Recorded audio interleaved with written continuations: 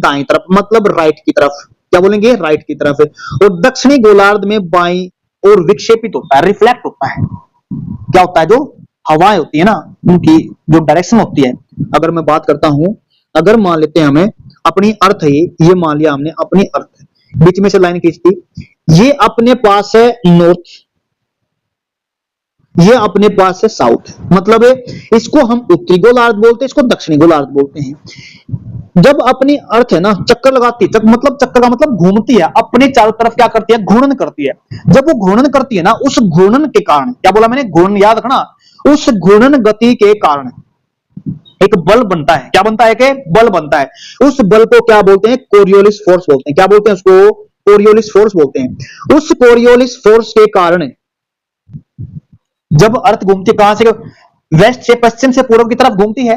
और उस घूमने से ना, ये क्या कर रहा है, जो चीजें होती है ना गतिमान के कारण, जब धरती घूमती है अपने, कहां से? पश्चिम से पूर्व की तरफ जब चक्कर लगा रही है, तो ये एग्जामिनर क्वेश्चन के अंदर ये पूछ रहा है भाई, नॉर्थ मतलब उत्तरी गोलार्ध के अंदर चीजें कहां की तरफ रिफ्लेक्ट होंगी, किस तरफ मुड़ेंगी, बताओ। तो इसमें तो अगर उत्तरी गोलार्ध की बात करते हैं तो राइट साइड मुड़ती है, इस साइड मुड़ेंगी। अगर दक्षिणी गोलार्ध की बात करते हैं तो ये किस तरफ मुड़ेंगी? ये मुड़ेंगी लेफ्ट साइड, इस साइड। क्या मिलेगी? इस साइड मुड़ेंगी। याद रखना इन बातों को।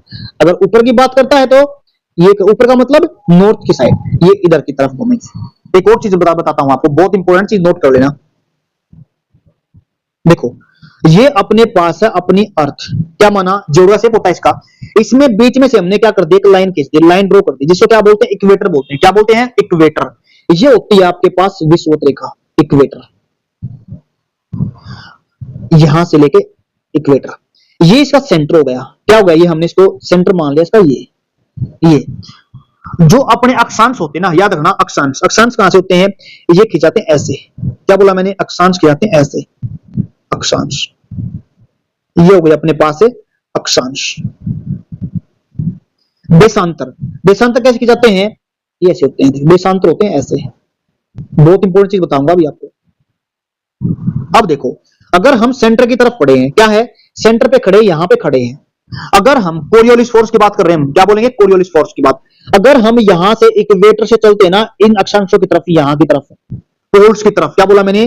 पोल्स की तरफ चलते हैं ना, पोल्स की तरफ, जो कोरियोलिस फोर्स होता है ना, कोरियोलिस फोर्स, जब हम इक्वेटर से, क्या बोला मैंने? इक्वेटर से पोल्स की तरफ, इसको चाहे ऊपर से नॉर्थ मान लो, पीछे साउथ मान लो, इधर मान लो।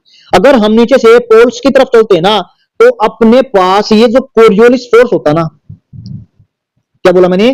Coriolis force.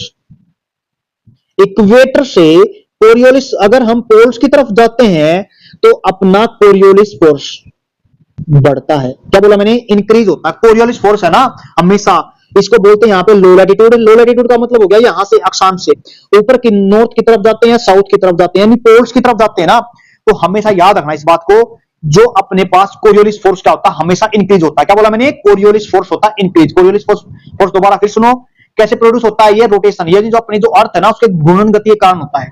और सेंटर पे क्या होता है? ये सेंटर पे लगभग क्या होता है? ये जीरो होता है। क्या होता है? जीरो होता है, बिल्कुल कम होता है। इक्वेटर पे बढ़ता है। एक और चीज बताता हूं मैं, इफेक्टिव, ये जो इफेक्टिव होता है ना, ये इफेक्टिव होता है यहाँ पे 23 से और 35 के बीच में, बहुत ज्यादा इफेक्टिव होता है। अब मैंने बताया आपको, इक्वेटर से जीरो की तरफ चलते हैं नॉर्थ की तरफ, और जब पोल्स की तरफ जाते हैं ना, यहां पे क्या होता है? ये यहां पे ज्यादा पोल्स की तरफ जीरो होता है सेंटर पे। लेकिन जब इफेक्टिव, मोर इफेक्टिव कहां पे होता है? मैंने कितना बताया? 30 से लेके लगभग 35 डिग्री के बीच में क्या होता है? ज्यादा इफेक्टिव होता है, यानी मोर इफेक्टिव, इफेक्टिव होता है। अब देखो, मैंने बताया यहां से जीरो से, लेकिन यहां पे इफेक्टिव क्यों नहीं होता? क्योंकि जब अर्थ घूमती है ना, यहां पे इस चीज को महसूस ही नहीं किया जाता। यहां पे किस पे? पोल्स के ऊपर। इसको महसूस ही नहीं किया जाता, रोटेशन गति के कारण है। याद रख लेना इस बात को। लो लैटिट्यूड से हाई लैटिट्यूड की तरफ हमेशा कोरियोलिस फोर्स बढ़ता है, और ज्यादा कहां पे होता है?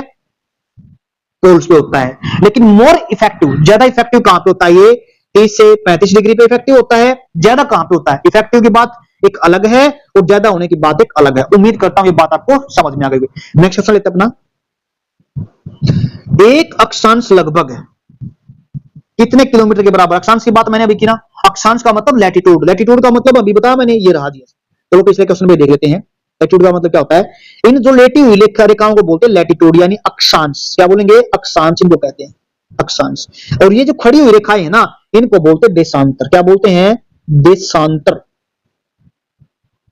लॉन्गिट्यूड क्या बोलते हैं इनको, इनको बोलते हैं लॉन्गिट्यूड, क्योंकि लंबी है लॉन्गिट्यूड। ऐसे याद रख लेना, अगर लेटी हुई है, लेटी हुई तो लैटिट्यूड, लैटिट्यूड।